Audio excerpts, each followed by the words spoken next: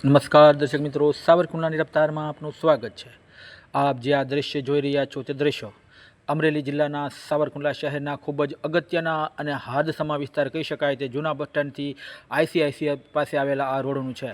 આપને લાગતું હશે કે સાવરકુંડલાની અંદર અંધરાધાર વરસાદ પડી રહ્યો છે તેથી આ પાણી ભરાણા છે, પરંતુ આ કરામત અને કમાલ આધુનિક આઇકોનિકના જન્મદાતા અને રાજકીય પીઠબળ ધરાવતા એક ભ્રષ્ટાચારી કોન્ટ્રાક્ટરની આ દાસ્તાન છે।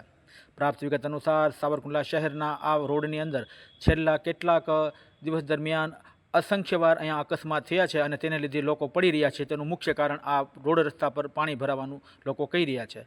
જ્યારે આ રોડ રસ્તો બનાવે માત્ર હવે 4 મહિના જેટલો સમય થયો હોવા છતાં આ સમગ્ર રોડની અંદર તૂટી ગયો હોય અને તિરાડો પડી ગઈ હોય તેવા દ્રશ્યો પણ સામે આવી રહ્યા છે। તેમજ આ આધુનિક આઇકોનિક ભ્રષ્ટાચારના દાતાઓ દ્વારા આ રોડ રસ્તાની અંદર કોઈપણ પ્રકારનું લેવલ કે યોગ્ય મટીરિયલ્સ વાપરવામાં ન આવવાના કારણે કે યોગ્ય બેલેન્સ જાળવવાના કારણે અહીંયા સતત વરસાદ દરમિયાન પાણી ભરાતા હોય છે અને તેનો અકસ્માતનો ભોગ સામાન્ય અને નિર્દોષ પ્રજાજનો બનતા હોય છે। ત્યારે સાવરકુંડલાના લોકો સવાલ કરી રહ્યા છે કે ભારતીય જનતા પાર્ટીના સત્તાધીશો અને ચૂંટાયેલા સદસ્યો આ રોડ રસ્તા બાબતે કેમ મૌન ધારણ કરીને બેઠા છે? શું તેઓ આ ભ્રષ્ટાચારી કોન્ટ્રાક્ટર સાથે આઇકોનિક સાંઠગાંઠ ધરાવી અને મીઠા મોઢા કરી લીધા છે? તેવો સવાલ પણ સાવરકુંડલાના લોકો કરી રહ્યા છે।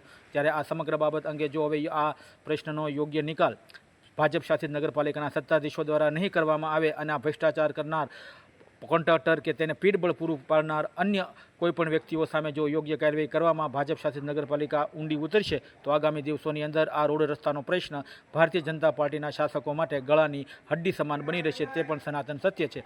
ત્યારે લોકો કહી રહ્યા છે કે સાવરકુંડલાની અંદર હવે કોન્ટ્રાક્ટરોને આઇકોનિક રીતે ભ્રષ્ટાચાર કરવાની, અટલ ભ્રષ્ટાચાર કરવાની છૂટ હોવાનું લોકો કહી રહ્યા છે। ત્યારે જોવું રહ્યું કે હવે આ વહીવટીતંત્ર આ બાબતે કેટલી ઝડપથી પગલાં ભરશે તે તો આવનારો સમય કહેશે, પરંતુ આ આઇકોનિક ભ્રષ્ટાચારને લઈને આજે લોકો તરાતરાના સવાલો કરી રહ્યા છે અને ભ્રષ્ટાચારી કોન્ટ્રાક્ટરના અનઆવડત અને આઇકોનિક રીતે થઈ રહેલા અટલ ભ્રષ્ટાચારને લઈને આજે લોકો અકસ્માતનો ભોગ બની રહ્યા છે અને ત્યાં ભરાતા પાણીને લઈ લોકો ત્રાહિમામ પુકારી ઉઠ્યા છે। Bureau report, Savarkundla રફતાર।